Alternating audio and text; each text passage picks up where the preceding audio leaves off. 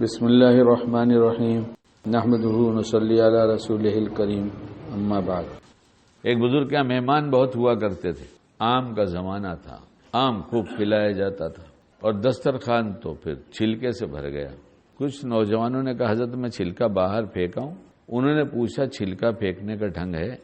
یہ کہہ رہا ہوں جب نیت صحیح ہوگی تو ہر چیز کا ڈھنگ پوچھو گے، جب نیت صحیح نہیں ہوگی تو بے ڈھنگے پن سے کرتے رہو گے، کوئی ٹوک دے گا تو برا لگے گا۔ ارے باپ ٹوکتا ہے تو برا لگتا ہے، دادا ٹوکتا ہے برا لگتا ہے، نانا ٹوکتا ہے برا لگتا ہے، چلو تم نہ سمجھو۔ جس شیخ کے پاس اصلاح کے لیے جاتے وہ ٹوکتا ہے تو برا لگتا ہے۔ وہ کہتے تھے میرا مزاج یہ ہے۔ ایک صاحب میرا بہت پیر دباتے تھے، سر پہ تیل رکھتے تھے۔ بابا بیٹا ہی سمجھنا، بیٹے سے کم مت سمجھنا۔ میں نے کہا تو سمجھتا تھا، تجربہ تھا کہ آج بڑی ضرورت ہے ان کو میری، اس لیے آج بیٹے ہیں۔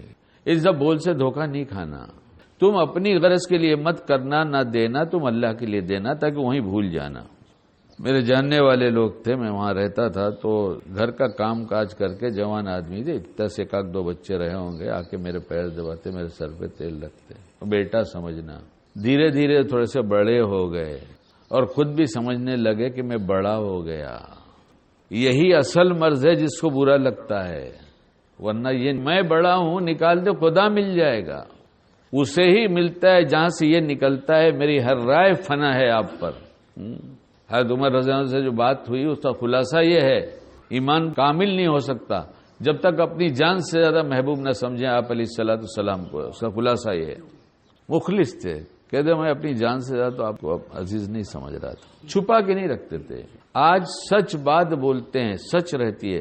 بہت دھوکہ کھایا ہوں، بہت دھوکہ کھایا ہوں۔ دنیا کے لوٹنے کا تو کوئی غم اس لیے نہیں کہ میری روٹی کوئی نہیں چھین سکتا۔ جتنی دفعہ پڑھوں گا انا للہ و انا الیہ راجعون، ہم کو نیکیاں ملیں گی۔ جو ایسے ریزرو بینک میں جمع ہو، سب سے زیادہ ضرورت کا دن ہوگا، اس دن ملنے والا ہے۔ غم کس بات کا ہے؟ لے لو اور بھی لے لو اور بھی دھوکہ دے دو، کیا فرق پڑتا ہے؟ ہم اس دھوکے سے خوش ہیں، اس دھوکے کا غم ہمارے پاس نہیں ہے۔ اس لیے آدمی بچا بچا کے رکھتا ہے کہ ضرورت کے دن کام آئے گا۔ اگر میرا تم نے چورا لیا، بچا لیا، دھوکہ دے کے رکھ لیا، تو میرا تو بچا کے رکھ دیا گیا ایسے بینک میں جو کل خدا نکال کے دے گا، کہ نکال کے دے دے صاحب، تو مجھے تو خوشی ہے۔ میں چھوڑ کے مروں گا تو میرے بچے بانٹیں گے، اور جو اس نے کھا لیا وہ تو ہمیں ملنے والا ہے، اور میرے بچوں کا نصیب اللہ نے لکھا ہے، جتنا ان کو لکھا ہے کھلائیں گے۔ ایک صاحب کے انتقال کا وقت ہو رہا تھا تو رو رہے تھے، تو کسی نے پوچھا کیوں رو رہے ہو؟ تو کہا میں سوچ رہا ہوں میرے مرنے کے بعد میرے بچوں کا کیا ہوگا۔ انہوں نے کہا یہ مت رو، اس لیے رو کہ میرے مرنے کے بعد میرا کیا ہوگا۔ بچوں کا تو نصیب لکھ دیا ہے، اور جس نے سورہ واقعہ پڑھا رات کو سونے سے پہلے اسے کبھی فاقہ نہیں آئے گا۔ یہ مہربان رب نے نبی کے ذریعے بتا دیا کہ بتا دو ہمیں بہت پیار ہے آپ سے میرے نبی، اور آپ کو اپنی امت سے بہت پیار ہے، بتا دو کبھی فاقہ نہیں ہوگا، کیوں ڈرتے ہو؟ اور جتنے لوگ ہیں کھا کر مرے، بھوکے بہت کم مرے ہیں۔ اللہ پر بھروسہ کرنے والا کھائے بغیر نہیں مرتا، اس کو معلوم ہے کہ آج میری روزی ہے، اللہ نے کہا ختم، آج مر جاؤں گا، اس سے پہلے مروں گا نہیں۔ کیا کہہ رہا تھا میں؟ چھلکا پھینکنے کا ڈھنگ ہے تم کو۔ اب وہ لوگ سوچنے لگے چھلکا پھینکنا کیا ہے، کیسے پھینکو گے؟ حضرت لے جائیں گے، باہر ڈال دیں گے وہاں پر۔ تو کہا چلو اٹھاؤ چھلکا میں کیسے پھینکتا ہوں وہ دیکھو۔ اچھا، باہر گئے، تھوڑا سا لیا، یہاں رکھا، تھوڑا سا لیا، وہاں رکھا، پوری گلی میں تھوڑا دور سے پھیلا دیا۔ حضرت ایسا کیوں کیا؟ بکریاں ایک ساتھ آتی ہیں، جب دیکھیں گی تو یہاں ملے گا ایک ساتھ سب، تو ٹوٹ پڑیں گی، آپس میں ٹکرائیں گی، انہیں تکلیف پہنچ جائے گی۔